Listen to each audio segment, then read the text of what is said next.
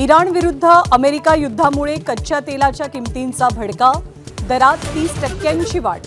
Petrol डिझेलच्या किमती वाढण्याचा अंदाज, तर कतारनं एलएनजीचं उत्पादन थांबवल्यामुळे उद्योगधंदे संकटात.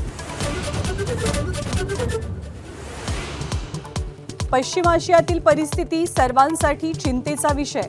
भारत शांततेच्या बाजूनं, परराष्ट्र मंत्री एस जयशंकर यांचं सभागृहात निवेदन.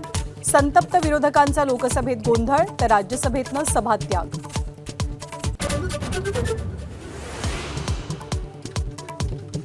इराण आणि अमेरिका युद्धामुळे भारतीय शेअर बाजारात मोठी पडझड.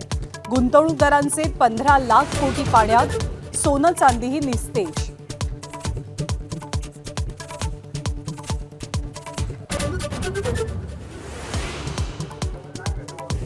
इराणचे नवे सर्वोच्च नेते. इराणच्या सरकारी वृत्तवाहिनीची माहिती, तर 10व्या दिवशी इराणमधल्या मृतांचा आकडा 1255च्या घरात.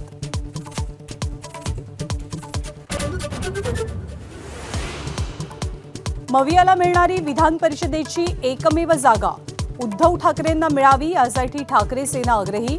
एकनाथ शिंदे दिलदार, पाठिंब्यासाठी फोन करावा.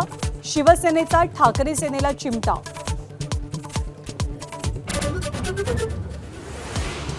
उपमुख्यमंत्री अजित पवारांच्या अपघाती निधनानंतर रोहित पवारांची धावाधाव सुरूच. दिल्लीत केजरीवालांच्या भेटीनंतर अखिलेश यादवांची ही भेट. चौकशीचा मुद्दा लोकसभेत उपस्थित करण्याची मागणी.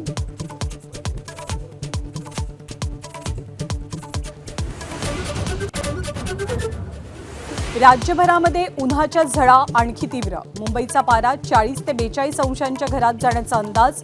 घराबाहेर पडताना काळजी घेण्याचं आवाहन.